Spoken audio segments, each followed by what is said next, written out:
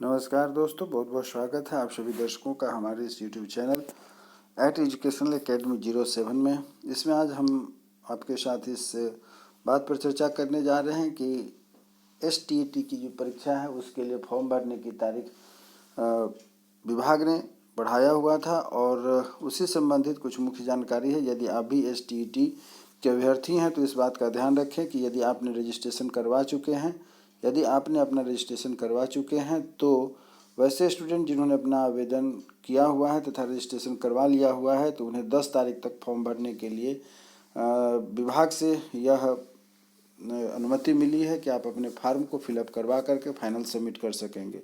आपको जैसे कि जानकारी होगी कि इसमें सूचना दी गई थी कि पहले रजिस्ट्रेशन करा लें 8 तारीख तक और 8 तारीख के बाद 8, 9, 10 3 दिन आपके लिए समय बढ़ाया गया है। यदि आप रजिस्ट्रेशन करवा चुके हैं तो आप अपने फार्म को पूरा भर करके इसको सबमिट मारें।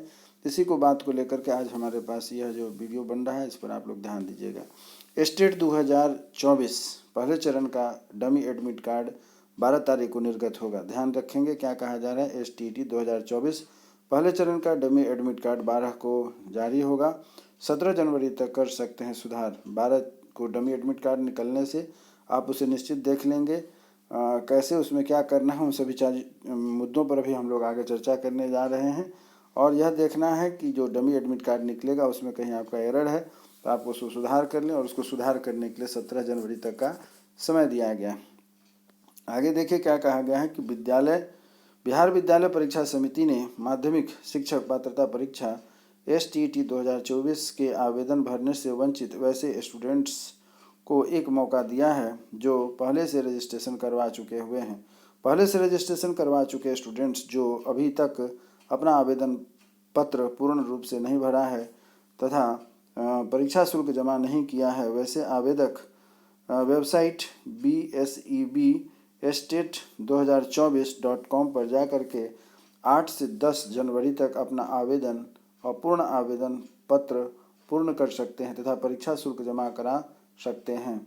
10 के बाद परीक्षा शुल्क लंबित रहने पर उनका आवेदन पत्र निरस्त हो जाएगा। अर्थात यदि आप फीस जमा नहीं करते हैं, फॉर्म सबमिट नहीं करते हैं तो वैसी स्थिति में आपकी जो परीक्षा के लिए जो फॉर्म का रजिस्ट्रेशन है वह खुद ब खुद रद्द माना जाएगा। उसको दोबारा आपको मौका नहीं मिलेगा कि आप उस फॉर्म को फिलअप करके पुनः आप एक अभ्यर्थी के रूप पर आप इसका प्रयोग कर सकेंगे।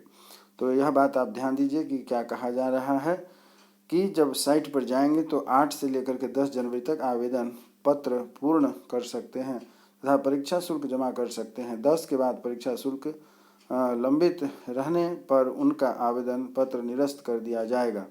वैसे आवेदकों की सूची समिति की वेबसाइट पर उपलब्ध है। इसके साथ ही समिति ने कहा है कि आवेदन पत्र भरने वाले आवेदकों का डमी एडमिट कार्ड समिति की वेबसाइट पर 12 से 17 जनवरी तक उपलब्ध होगा। अर्थात जिन्होंने पैसा जमा करके अपना फॉर्म सबमिट कर दिया रहेगा उनका डमी एडमिट कार्ड 12 से 17 तक उपलब्ध हो जाएगा और जहां कहीं आपको करेक्शन की आवश्यकता हो आप इसे करेक्शन कर सकते हैं। इस दौरान dummy admit card students download कर सकते हैं। डमी एडमिट कार्ड में अगर किसी प्रकार की त्रुटि हो तो संबंधित आवेदक अपने यूज़र ID पासवर्ड का उपयोग करके वेबसाइट पर 17 जनवरी तक डमी एडमिट कार्ड से मुद्रित विवरणों की त्रुटि में सुधार कर सकते हैं। त्रुटि सुधार के क्रम में जिन आवेदकों को कोटि में परिवर्तन होता है वे उन्हें परिवर्तित कोटि के लिए निर्धारित शुल्क की राशि भुगतान कर सकते हैं। अर्थात यह हुआ कि आप मान लीजिए कि आपने किसी कारणवश SC ST OBC जनरल या EWS में किसी तरीके की त्रुटि आपसे हो गई है तो उसके अनुसार आप फीस जमा करके अपनी त्रुटि में सुधार कर सकते हैं। यह भी विशेष करके यहाँ पर ध्यान आकृष्ट किया गया है। तो देखिए कि क्या क्या त्रुटि सुधार के क्रम में जिन आवेदकों को कोटि में परिवर्तन होता है तो उन्हें परिवर्तित कोटि के लिए निर्धारित शुल्क की राशि भुगतान करना होगा। अनुसूचित जाति, अनुसूचित जनजाति, दिव्यांग कोटि के आवेदक कोटि सुधार उपरांत अन्य कोटि में चले जाते हैं तो उन्हें उस कोटि के निर्धारित शुल्क के अनुसार राशि देनी भुगतान करनी होगी।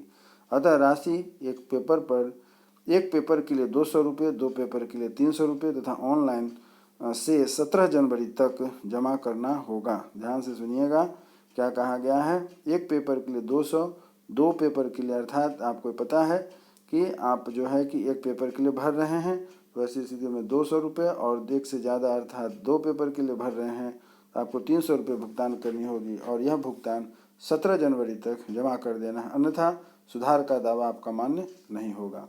इस प्रकार आपने देखा कि यदि आप STET की परीक्षा देने के लिए इच्छुक अभ्यर्थी हैं तो आप क्या करेंगे, अपने रजिस्ट्रेशन का 8 से 10 तारीख तक फॉर्म फिलअप करेंगे, फिर 12 तारीख से लेकर के 17 तारीख तक जो आपका डमी एडमिट कार्ड निकलेगा उसमें सुधार की प्रक्रिया करेंगे, और इस प्रकार से आप एक स्टेट अभ्यर्थी बन करके एक अस्थायी शिक्षक, राज्यकर्मी शिक्षक बनने की तैयारी में आगे बढ़ेंगे। उम्मीद करता हूँ कि यह जो सूचना आपको दी जा रही है यह आपको अच्छी लगी होगी, आपके लिए बहुत ही ज्ञानवर्धक होगी, और आप अपने मित्रों के साथ इसे अधिक से अधिक शेयर करेंगे। इसी उम्मीद के साथ कि यदि आप हमारे चैनल पर नए हैं तो कृपया हमारे चैनल को सब्सक्राइब भी करेंगे। चलिए आगे बढ़ते हैं, जिससे कि और भी अन्य मुद्दों पर हमारी आपकी बात होगी, मुलाकात होगी, और तब तक आप स्वस्थ रहें, मन लगा करके अपने भविष्य को आगे बढ़ाने में लगे रहें। हमारी आपकी फिर से मुलाकात होगी, तब तक के लिए जय हिंद।